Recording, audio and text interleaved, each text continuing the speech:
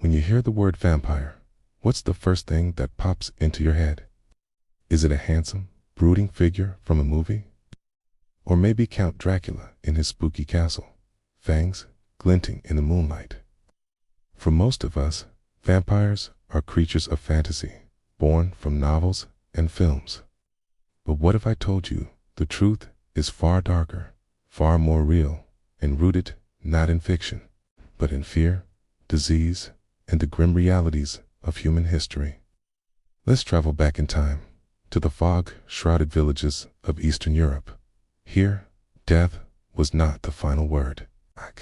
It was a terrifying, uncertain state. The local people held a deep-seated belief that the dead did not always rest peacefully. They believed some could claw their way out of the grave, driven by an unholy thirst to prey upon the living, to drink their blood and steal their life force. This wasn't just a spooky campfire story. It was a genuine, paralyzing fear that gripped entire communities.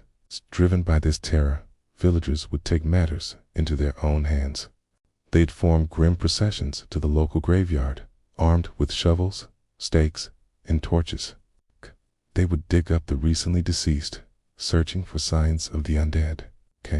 And sometimes they found what they were looking for, so they thought. Imagine their horror when they'd open a coffin to find a corpse with a bloated belly, its dark skin, and a trickle of blood at the corners of its mouth. To them, this was undeniable proof. A vampire caught red-handed after a midnight feast. With grim determination, they would perform the rituals they believed would grant them safety, driving a wooden stake through the corpse's heart, decapitating it, or even burning the body to ashes. But what they were seeing wasn't supernatural. It was the natural, albeit gruesome, process of decomposition. As a body decays, gases build up in the abdomen, causing it to bloat. This pressure can force blood and other fluids up the esophagus and out of the mouth. The skin darkens, the nails and hair appear to grow as the skin recedes. These were all natural post-mortem changes. But to a society without modern medical knowledge, they were terrifying signs of the undead. The myth was further fueled by something even more insidious: disease. Consider tuberculosis, once known as consumption. This devastating illness would sweep through a family, causing victims to become pale, waste away, and cough up blood. It seemed as if one family member's death would literally consume the life of the next and the next. To the terrified survivors, it wasn't a germ they couldn't see. It was their recently deceased loved one, returning from the grave to drain the life from those they left behind. Then there was rabies. The symptoms of this horrifying disease eerily mirrored vampire folklore. Victims often became aggressive, agitated, and prone to biting. They developed hypersensitivity, causing them to shy away from strong light, and hydrophobia, a fear of water that caused agonizing throat spasms. In a world without answers, a person suffering from rabies looked exactly like the monsters they feared. Of course, no history of vampires would be complete without mentioning the man who inspired the most famous vampire of all, Vlad the Impaler. Vlad III, Prince of Wallachia, was a 15th century ruler known for his almost unbelievable cruelty.